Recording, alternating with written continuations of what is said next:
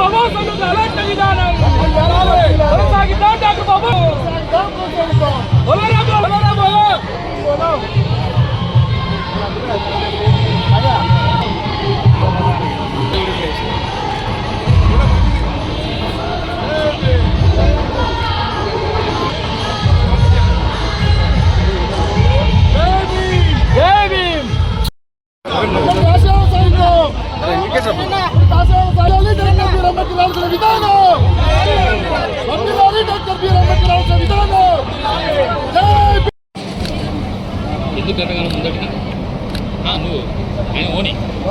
తర్వాత శ్రీమతి ఎర్ర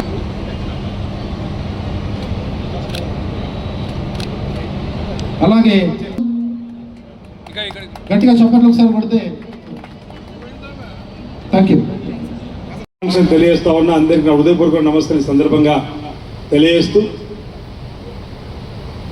భారతదేశ వ్యాప్తంగానే కాదు ప్రపంచ వ్యాప్తంగా కూడా ఎక్కడ భారతీయులు ఉన్నారో అక్కడ ఈరోజు డాక్టర్ బిఆర్ అంబేద్కర్ గారిని మననం చేసుకోవడం, గ్రామ గ్రామాన ఓ పండగ వాతావరణంలో డప్పు కోలాటల మధ్య ర్యాలీల ద్వారా వారి ప్రతిమకు పూలమాలను సమర్పిస్తూ వారు చేసే సేవలను కొనియాడుతూ అన్ని గ్రామాల్లో కూడా ఓ పండగ వాతావరణం కనిపిస్తున్న సందర్భం.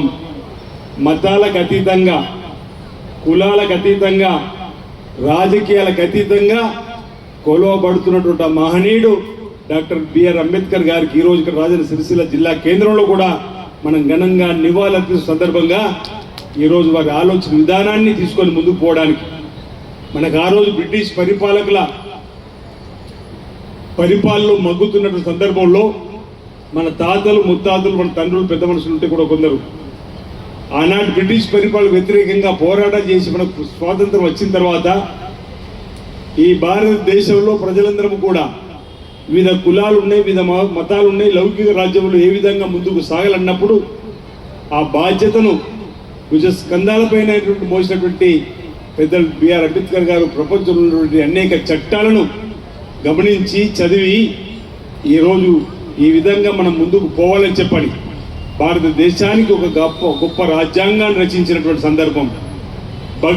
భగవద్గీతకు ఎంత ప్రాముఖ్యత ఉందో, ఖురాన్కి ఎంత ప్రాముఖ్యత ఉందో, బైబిల్కి ఎంత ప్రాముఖ్యత ఉందో అంతటి ప్రాముఖ్యతని ఈరోజు మన రాజ్యాంగానికి కట్టబెట్టిన మహానాయకుడు అయినటువంటి డాక్టర్ బిఆర్ అంబేద్కర్ గారిని ఈరోజు మనందరం కూడా కొలుస్తూ తలుస్తూ నీ బాట నడుస్తాం తండ్రి అని చెప్పనే మాటకు చెప్తూ ముందుకు పోతున్న సందర్భం.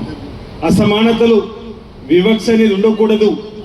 ఈరోజు ఓటు అనే ఆయుధం ద్వారా తమ భేదం లేకుండా తమకు నచ్చిన వారిని ఎంచుకునేటువంటి కార్యక్రమం చేసేటువంటి ఓ గొప్ప, పేదవాడికి ఓటు హక్కు లేకుండా లేదు, ధనవంతుడికే ఓటు హక్కు ఉన్నటువంటి ఆలోచన లేదు. దేశంలో ప్రతి ఒక్కరు కూడా ఓటు హక్కును కల్పించి అందరూ సమానత్వమే ఈ దేశంలో ప్రభుత్వాలు ఎన్నుకునేటువంటి ఆలోచన కూడా చెప్పినటువంటి ఓ మహోన్నతమైనటువంటి నాయకుడు మన అంబేద్కర్ గారిని సుదూరం ఒక 100 సంవత్సరాలు కాదు, 1000 సంవత్సరాల ముందు ఆలోచన చేసే అందరూ కూడా ఆర్థికంగా బలపడేందుకు కూడా రిజర్వేషన్లు ఎస్సీలకు ఇచ్చేటువంటి కార్యక్రమాన్ని కూడా అమలు పరచాలని చెప్పని దూరదృష్టితో రాసినటువంటి ఓ గొప్ప దార్శనికుడు ఈరోజు డాక్టర్ బిఆర్ అంబేద్కర్ గారు అన్నమాట. ఈరోజు బోధించు, సమీకరించు, పోరాడనేటువంటి కట్టే కొట్టే తెచ్చలో రామని చెప్పినట్టుగా ఆ 3 మాటల్లోనే ఎక్కడ వివక్షత ఉంటుందో తిరగబడమని చెప్తుండో, ఎక్కడ అణచివేతుంటే ప్రశ్నించు ముందుకు రమ్మని చెప్పినటువంటి ఆ ఆలోచనతోటే నేను అనుకుంటా, అలాంటి ఆలోచనతోటే నాకు రాజకీయ బ్యాక్ అండ్ ఏం లేకున్నా ఈ స్థాయికి రావడం గల కారణభూతులలో వారిలో వారు డాక్టర్ బిఆర్ అంబేద్కర్ గారు కూడా ఒకటనమాట. 27 సంవత్సరాల వయసులోనే జిల్లా పరిషత్ సభ్యుడికి ఎంపికైనప్పుడు ఆలోచన ప్రశ్నించే తత్వంలో ప్రజల మధ్యలో ఉండి ఈ స్థాయికి రావడానికి కారకులలో వారు కూడా ఒక మహానుభావుడు ఒకరనే మాట కూడా మనం చెప్పక తప్పదనే సందర్భాన్ని మేము ఈ సందర్భంగా గుర్తు చేస్తూ, ఈరోజు ఇప్పటికి కూడా అసమానతలు కొనసాగుతున్నాయి, వివక్ష కొనసాగుతుంది. ఈ దేశంలో కులగణన జరగాల్సిందే, ఏ కులం ఎంతో తేలాలి.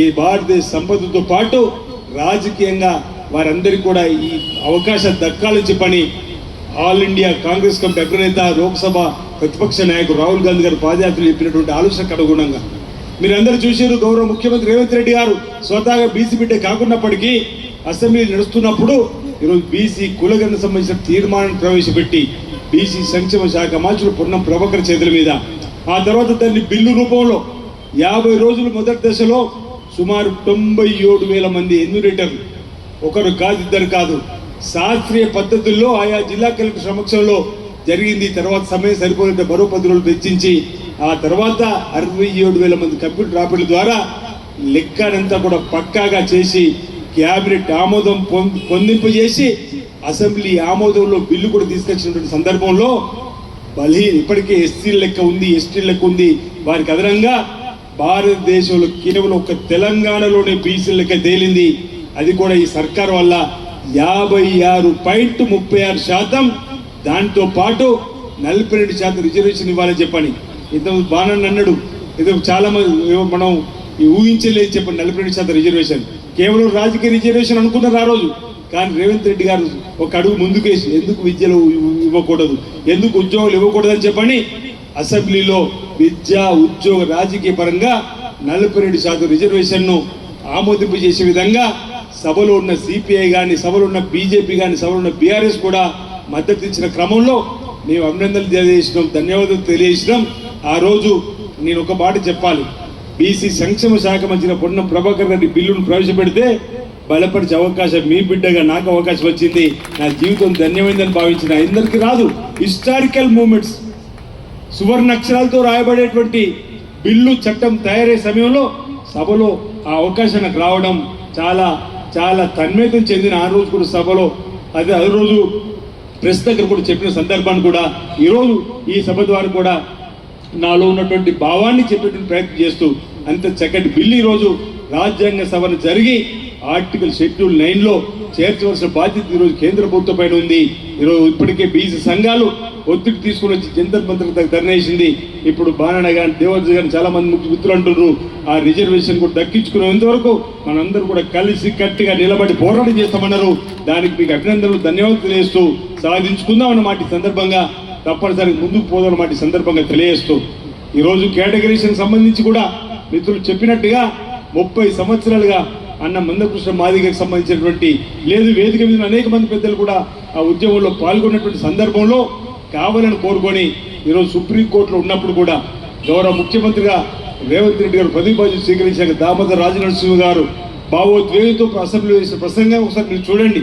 ఈరోజు ముఖ్యమంత్రి కాగానే మమ్మల్ని పిలిచి ఉద్దండులైన అడ్వకేట్ పెట్టి ఆ పంచాయతీ తెంపేలా సుప్రీంకోర్టు తీర్పు వచ్చేలా వచ్చిన రోజు బాగానే చెప్తున్న దేవాజ్ గారు సుప్రీంకోర్టు తీర్పు వచ్చింది, ఆ రోజు అసెంబ్లీ నడుస్తూ ఉంది. సుప్రీంకోర్టు తీర్పు వచ్చిన మరుక్షణం కూడా ఆలోచన రేవంత్ రెడ్డి గారు అదే తీర్మానాన్ని బలపరుస్తూ ఆమోదం పొందుతూ బిల్లు ప్రవేశపెడతామని చెప్పినాం. ఇదే సభలో మొన్న బడ్జెట్ సమావేశాల్లో మరో హిస్టారికల్ బిల్లు కేటగిరీకి సంబంధించింది బిల్లు ఆమోదం పొందింది. అంతేకాదు ఆ మహనీయుడు పుట్టినరోజు ఈ రోజు నుంచే అమలు కాబోతున్నటువంటి సందర్భంలో ఈరోజు మనం అందరం కూడా గవర్నమెంట్కి ధన్యవాదాలు చెప్పే కార్యక్రమం చేస్తూ ఈరోజు మనం ముందుకు పోవాల్సిన అవసరం ఉందన్నమాట. ఇప్పుడే మీ మధ్యలోకి వస్తున్నా నాకు మా అధినాయకుడి నుంచి ఫోన్ వచ్చింది, రేపు సిఎల్పి మీటింగ్ పెడుతున్నాం, దానికి మన శాసనసభ్యులందరినీ రమ్మని ఆహ్వానించమని. అందులో ఈ అంశం కూడా పెట్టారు, ఎస్సీ కేటగిరీషన్ పైన ఏ విధంగా ముందుకు పోవాలి, భూభారతి అమలు చేయబోతా ఉన్నాం ధరణి పేరిట. ఇంతకుముందు బాణి చెప్పినప్పుడు ధరణి పేరిట దళితుల భూములన్నీ కూడా లాక్కుండా తిరిగి మాకు ఇవ్వాలని, అలాంటి దానికి భూభారతి తీసుకొచ్చే చెప్పైనా ఇందిరా మిన్లు ఆనాడు ఇల్లు లేని వారికి ఇచ్చింది ఇందిరా మిల్లు కాంగ్రెస్ ప్రభుత్వమే. 10 ఏళ్ళ లెక్కరాలు మళ్ళీ ఇందిరా మిల్లు ఇచ్చే కార్యక్రమం చర్చ జరిగేటువంటిది. అంతేకాదు ధనిక పేద తేడా లేకుండా సన్న బియ్యం పంపిణీ కార్యక్రమాన్ని ప్రారంభించినటువంటి అంశాన్ని కూడా చర్చించడానికి 4 అంశాలపైన సిఎల్పి మీటింగ్ కూడా పిలిచిన సందర్భంలో ఈ ప్రభుత్వం పేదల కోసం ఆనాడు మీరు గమనించి గరీబీ అడ్డవర్ నినాదం తీసుకుంటే గూడు గూడు గుట్ట నినాదం తీసుకున్నా పూడు పూలు పంపిణీ కానీ ఇందిరమ్మకి ఇల్లు ఇచ్చేటువంటి కార్యక్రమం కానీ పనికి హామీ ఆహార పథకం ఏదైతే ఎండాకాలం వచ్చిందంటే లేదంటే కూడా ఈరోజు 307 రూపాయలు ఈ సంవత్సరంలో ఈ ఉపాధి పథకం పనిచేసి ఏది పేదలకు ఉపయోగపడే పథకం వచ్చినా, ఈరోజు రైతులకు ఉచిత కరెంట్ ఇచ్చినా, ధాన్యం కొనుగోలు కేంద్రాలకు సంబంధించిన అంశమే వచ్చినా, రైతు రుణమాఫీ 20,650 కోట్లు మాఫీ అయినా ఈరోజు రైతుల సంక్షేమం కాదు రైతు కూలీల సంక్షేమం కూడా, గుంట భూమి లేని వారికి కూడా ఏటా 12,000 ఇందిరమ్మ ఆత్మీయ భరోసా కింద ప్రతి నెల 1000 రూపాయలు ఇచ్చేటువంటి కార్యక్రమం కూడా ప్రారంభం చేస్తూ ముందుకు పోయిన సందర్భం అందరూ కూడా గమనించారు. పేద ఇళ్ల కరెంటు బిల్లు కూడా ఈ 15 నుంచి కట్టలేని సందర్భం కూడా పూర్తిగా ప్రభుత్వం చెల్లించే విధంగా, ఆడతల్లో ఆర్టీసీ బస్సులు ఉచిత ప్రయాణం చేసే విధంగా 1 కాదు 2 కాదు అనేక ప్రజా సంక్షేమ కార్యక్రమం చేసుకుంటూ ఈ ప్రభుత్వం ముందుకు పోతుంది. ఇంకా 2-3 పథకాలు కూడా ప్రారంభం చేసుకుని ఉంది. తప్పనిసరిగా వాటిని కూడా రాబో రోజుల్లో ఇచ్చిన మాట కట్టుబడి ముందుకు పోతుంది సర్కార్. రేవంత్ రెడ్డి గారి సర్కార్ మాట సందర్భంగా చెప్తూ ఈరోజు డాక్టర్ బిఆర్ అంబేద్కర్ జయంతి సందర్భంగా ఎస్సీ కేటగిరీకి సంబంధించిన బిల్లు కూడా చేసే సమయంలో వారికి అంబేద్కర్ గారికి కూడా మరి పూలదండలు వేసి వారందరికీ కూడా ధన్యవాదాలు చెప్పే కార్యక్రమం కూడా మా వాళ్ళందరూ కూడా అక్కడక్కడ చేస్తున్నారని చెప్పిన మాట కూడా సందర్భంగా చెప్తూ భూభారతి కూడా ఇంతకుముందు చెప్పిన భూభారతి కూడా ఏ రోజు నుంచే ప్రారంభం కాబోతోంది. రేపటి అంశాలపైన మా సిఎల్పిలో కూడా చర్చ జరగబోతున్న క్రమంలో డాక్టర్ బిఆర్ అంబేద్కర్ గారి ఆలోచన విధానాన్ని మనం ప్రతి ఒక్కరూ కూడా పునికి పుచ్చుకొని దాన్ని అందుకొని వారి ఇచ్చిన సలహా సూచన అందుకొని ముందుకు పోవాలి. ఈ తరం ప్రజలు, ఈ తరం యువత కూడా డాక్టర్ బిఆర్ అంబేద్కర్ గారి ఆలోచన విధానం తీసుకొని ముందుకు సాగాల్సిన అవసరం ఉందని మాట సందర్భంగా చెప్తూ జిల్లాకు సంబంధించిన సమస్యలు కూడా 2-3 చెప్తా ఉన్నారు. ఇటీవల మేము జిల్లా కలెక్టర్ గారు మేము కూర్చున్నప్పుడు ఇప్పుడే